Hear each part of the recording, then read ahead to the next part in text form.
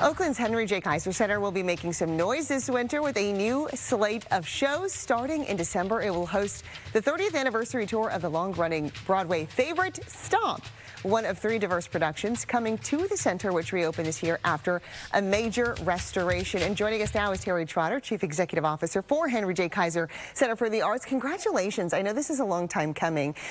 Let's start with this one Broadway show, but it's one of 3. So there's a big schedule lined up. There is. We're really excited. We have several shows upcoming to really kick off our opening year. So we've got STOMP. We have, for the families and the kids out there, Dogman the musical. Dogman. Yes, you've seen the movie, now see the stage show. That's so cool. And then we have Tina, the musical, the Tina Turner story. Right. Very excited about that because, you know, back in the day, in 1972, Tina and Ike Turner actually performed on the stage. Amazing. And so to bring the musical now is really exciting and fun. We'll talk about that. This space has a storied history. Can you give us some insight, like Tina Turner and other historic events that have come through this venue? Absolutely. You know, the center has been just a hub of community life and community activity throughout its history, and it opened in 1915. I hear stories all the time of, you know, the long-running Christmas pageant that was there, over 20 years of doing this community Christmas pageant.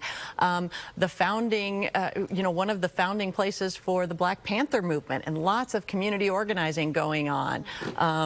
People like, you know, from Elvis Presley to Ray Charles to, of course, the Grateful Dead. We're in concert at the center. Lots of people have told me, oh, I saw my first concert there. Oh, wow. And you're bringing concerts back, I would assume, in the years to come. We are. In fact, we have concerts coming up even this fall. We have The Whispers this weekend. We have Jagged Edge coming up.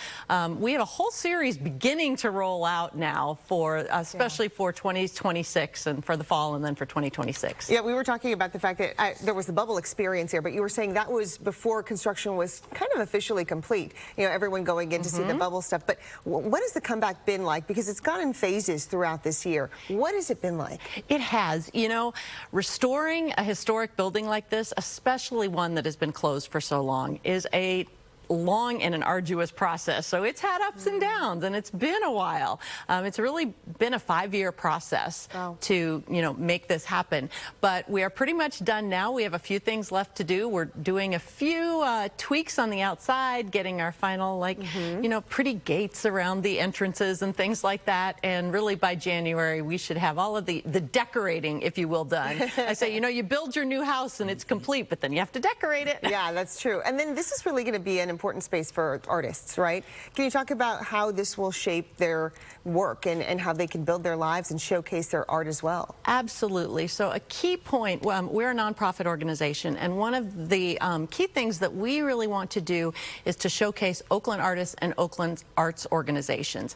And by partnering with them to provide subsidized space for rehearsals, for performances, you know, production support, things like that. So for instance, on December 5th, we have a project we're doing with Oaklash from the Oaklash Drag Festival, and it is an incredible new performance that we're working with them on, and we'll be supporting local artists throughout, so you'll be able to see all of the amazing things that are happening in Oakland as well. That's really, really cool. What do you want to tell people who either have a ticket to one of these events, whether it's the Broadway shows or the concerts, or somebody watching at home that had no idea that this was opening again? Yes. What's the message? I think the key message is get on the website. It's www.hjkarts.org. We would absolutely love to have folks sign up to get the newsletters and things like that, so you know what's upcoming. It's essentially a new venue, right? I mean, it's been around for a long time, but it's been closed for 20 years. I think it's going to be amazing for Oakland, and we'd love to have people, you know, tell their friends, get engaged, see what's going on. Yeah, exactly. Okay, we're wrapping things up here. Terri Trotter with Henry J Kaiser Performing Arts Center. Can you talk to us really quick just about the fact that this is so huge for you and for Oakland, right, to have this venue back? It really is. I mean, there are so many things that can happen in this venue, so many different spaces, and I think it's really part of this telling the great things going on in Oakland. You know, the mayor keeps pushing on that. Yeah. We got to show all these great things that are happening here in our community. And I'm really excited that I think the Henry J Kaiser Center for the Arts will be a big part of that as we move forward. Well, congratulations. Good luck on the Broadway shows and all the future events that are to come. Terri, thanks so much for joining us. Thank you for having me. All right, thanks. Alex? All right, yeah, thank you both. All sorts of great shows coming.